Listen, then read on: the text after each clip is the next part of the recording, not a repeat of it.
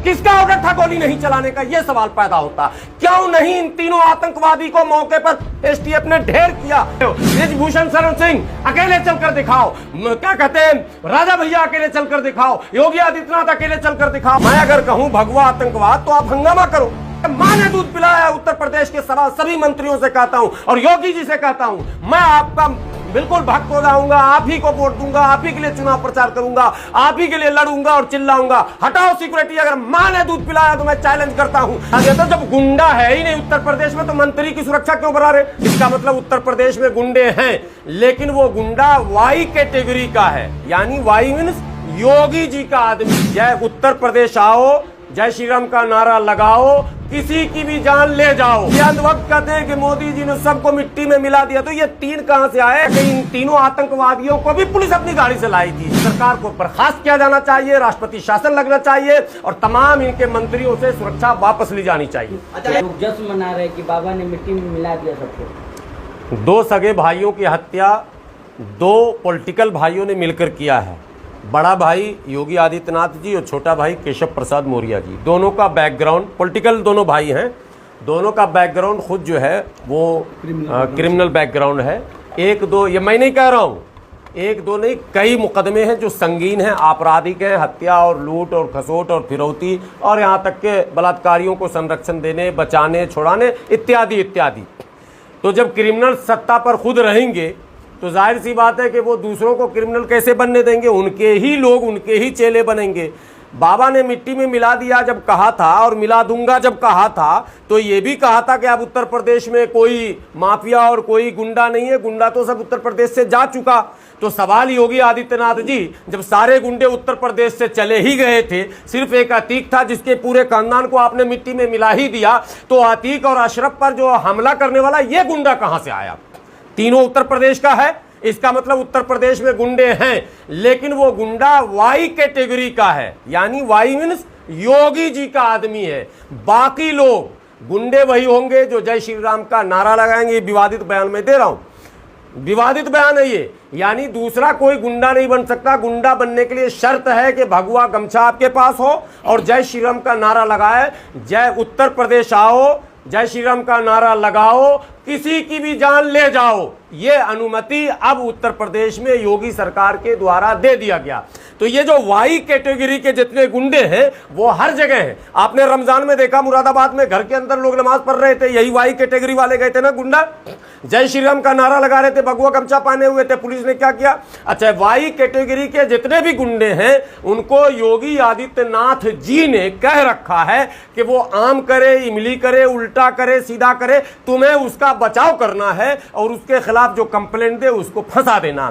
तो उत्तर प्रदेश में 7 ऐसी घटनाएं घटी। अभी गोलावटी में एक घटना घटी, मारा पीटा बिरयानी बेचने वालों को, और जब कंप्लेंट किया गया तो उसी को बंद कर दिया गया और उससे पैसे लिए गए तब छोड़ा गया। जो जो उसकी सिफारिश में गया उसको गाली से, एसएचओ बात कर रहा हूं, एसएचओ योगी जी के सौजातीय है वहां गुलावटी। आगे बढ़िए आप, मुरादाबाद में आपने देख ही लिया।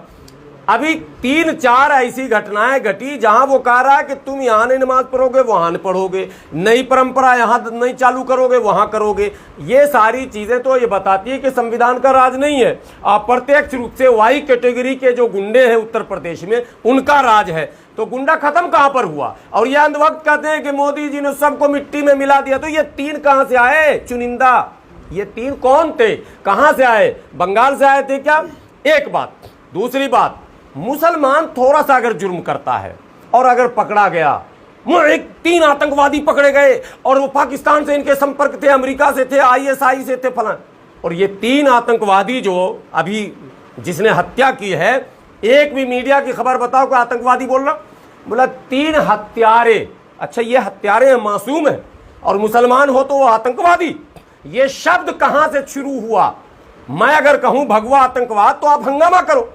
आप हमारे लोगों को छोटे से जुर्म में भी आतंकवादी कह दो, तो आपको अधिकार और हमको अधिकार नहीं। कमजोरी किसकी है सर? ये कमजोरी हमारे लीडरशिप की है और किसी की नहीं है। हमारा जो नेतृत्व है, जो परंपरागत नेतृत्व है, जो ट्रेडिशनल लीडरशिप हमारा है, वो शुरू से यही पंगु बना रहा। अभी भी देखिएगा सन्नाटा छाया हुआ। एक ओवैसी साहब के अलावा आप नाम बताओ कि कोई आप इसको मर्डर देख रहे हैं या इनकाउंटर देख रहे हैं? मर्डर सिर्फ इसको नहीं, ये तो मर्डर कैमरे के सामने हुआ है। ये मर्डर तो पुलिस ने कैमरे के सामने करवाया था। बगैर कैमरे के 2 मर्डर पहले हो रहा, जो झांसी में हुआ, मैं उसको भी मर्डर कह रहा हूं। वो इनकाउंटर नहीं है साहब, उसको हमने प्रूफ किया कई जगह से, वो टोपी और वो पिस्तौल हाथ में, वो सारी चीजें। मेरा सवाल ये है कि आप एसटीएफ जो है बड़ा एक्सपर्ट पुलिस होता है, जो पुलिस में से छांटे जाते हैं अच्छे अच्छे लोग, उसको एसटीएफ में रखे जाते हैं। स्पेशल टास्क फोर्स नाम ही है इसका। तो ये 3 गुंडे, 3 आतंकवादी 5 मिनट तक आतंक मचाते रहे और आपने उसमें से एक को भी गोली नहीं मारी।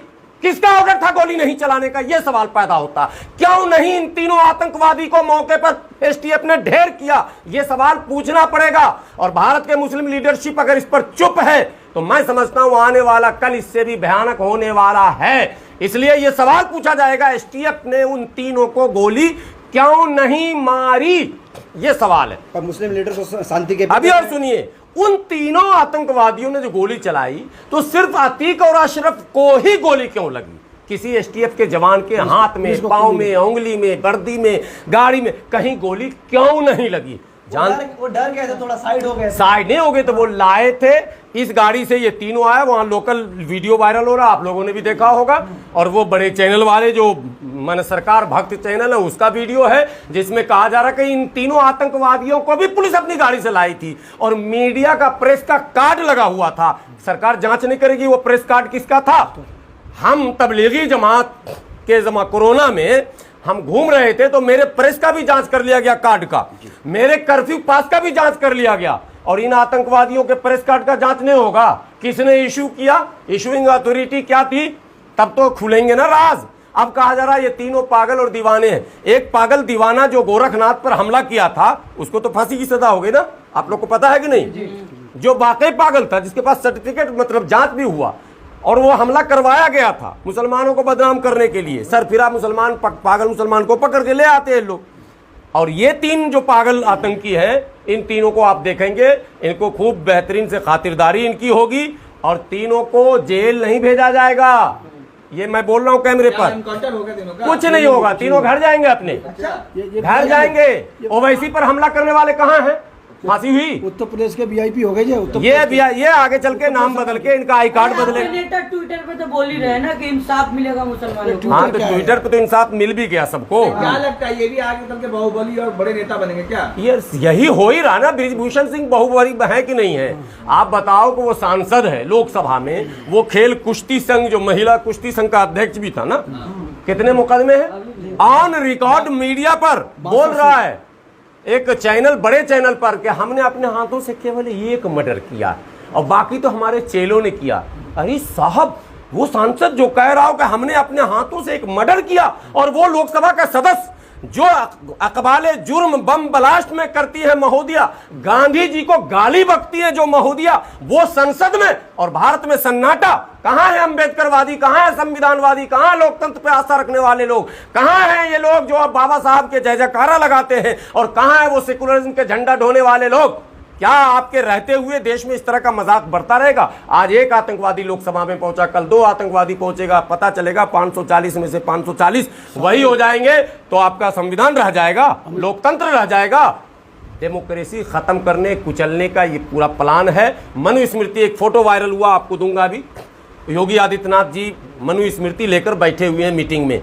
इसका मतलब है कि मनुस्मृति पढ़ा जा रहा है, कौन कौन सा पाठ लागू किया जाएगा। हाई लेवल मीटिंग हो रही है, आप ऐसे अफवाह ना फैलाइए। हाई लेवल की मीटिंग, हाई लेवल मीटिंग में, अच्छा याद दिलाया आपने, हाई लेवल मीटिंग में यह तय हुआ कि तमाम मंत्रियों की सुरक्षा को बढ़ा दिया जाए। बढ़ा दिया था, जब गुंडा है ही नहीं उत्तर प्रदेश में तो मंत्री की सुरक्षा क्यों बढ़ा रहे? तमाम भाजपा नेताओं की सुरक्षा बढ़ा दी जाए, तमाम उनके जिला अध्यक्षों की सुरक्षा बढ़ा दी जाए, उनके सांसद विधायकों की सुरक्षा बढ़ा दी जाए, उनके आरएसएस, बजरंग दल और विश्व हिंदू परिषद के नेताओं की सुरक्षा बढ़ा दी जाए। अरे भैया, जब गुंडा है ही नहीं तो सुरक्षा किस चीज की? हटाओ सुरक्षा। अगर मां ने दूध पिलाया है उत्तर प्रदेश के सभी मंत्रियों से कहता हूं और योगी जी से कहता हूं, मैं आपका बिल्कुल भक्त तो जाऊंगा, आप ही को वोट दूंगा, आप ही के लिए चुनाव प्रचार करूंगा, आप ही के लिए लड़ूंगा और चिल्लाऊंगा। हटाओ सिक्योरिटी। अगर मां ने दूध पिलाया तो मैं चैलेंज करता हूं, जब गुंडा मुक्त हो चुका उत्तर प्रदेश, माफिया मुक्त हो चुका उत्तर प्रदेश, जब उत्तर प्रदेश में कोई है ही नहीं एक भी गुंडा, तो सिक्योरिटी क्यों बढ़ा रहे हो, क्यों सुरक्षा लेकर चल रहे हो? बृजभूषण शरण सिंह अकेले चलकर दिखाओ, क्या कहते हैं, राजा भैया अकेले चलकर दिखाओ, योगी आदित्यनाथ अकेले चलकर दिखाओ, और उप मुख्यमंत्री केशव प्रसाद मौर्य जो बहुजनों के सबसे बड़े दुश्मन है इस वक्त बने हुए, जो मनुवाद की माने प्रवक्ता बने हुए हैं, मैं कहता हूं अगर आप में हिम्मत है तो बगैर सुरक्षा के चल के दिखाइए ना। आम इंसानों की सुरक्षा तो आप कर नहीं सकते, और अपनी सुरक्षा वाई जेड, जेड के बाद जेड प्लस, और प्लस के बाद जेड डबल प्लस, फिर जेड ट्रिपल प्लस, यही होता रहेगा इस देश में। सारे टैक्स का पैसा सुरक्षा में लगाओगे अपनी, और गुंडाओं को पालने में लगाओगे। बिल्कुल अराजकता है। इस सरकार को बर्खास्त किया जाना चाहिए, राष्ट्रपति शासन लगना चाहिए, और तमाम इनके मंत्रियों से सुरक्षा वापस ली जानी चाहिए। हिंदुवादी संगठन कह रही है सर कि 72 हुरों के पास भेज दिया गया है, ईद से पहले ईद ही मिल गई है। उनको सुरक्षा मिल गया ना। हाँ। उनको सुरक्षा मिल गया है। आपको पता है जितने छोटे मोटे संत साधु मार्केट में घूम रहे हैं, जो आतंक फैला रहे हैं, मुसलमानों के खिलाफ भाषण कर रहे हैं, सबको सुरक्षा दे दी गई है। 6, 8, 10 पुलिस वाले जो टीवी पर देखते हैं, बाबा लोग आते हैं, उन सबको 2, 4, 6 सुरक्षा कर्मी मिले हुए हैं। इनको तो बल्ले बल्ले है, चंदा भी आ रहा है, सुरक्षा भी मिल गया। यही तो है हिंदू राष्ट्र। आसमानी फैसला ही है कह रहे हैं। नहीं, फैसला तो वो सही बोला, आसमानी है, लेकिन आसमानी फैसले से सबको डरना भी चाहिए। फैसला आखिरी नहीं है, आखिरी नहीं है, ठीक है।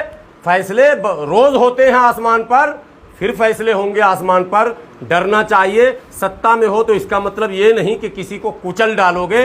सत्ता अस्थाई किसी का नहीं है।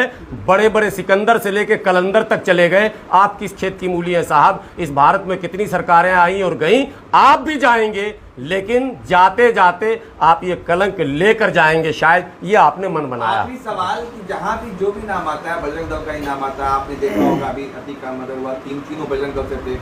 फिर क्या अभी हरियाणा में मोनू मनेसर वो बजरंग दल का प्रेसिडेंट वो बजरंग दल से। आखिर क्या चल रहा है? क्या इस ऑर्गेनाइजेशन को बंद नहीं करना चाहिए? नहीं, बंद कैसे करेंगे? ये उसी ऑर्गेनाइजेशन के जरिए तो हिंदू राष्ट्र लागू करेंगे।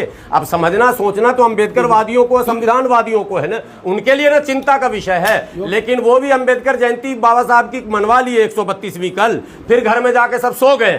तो सो गए अगर बहुजनों तो सुला दिए जाओगे।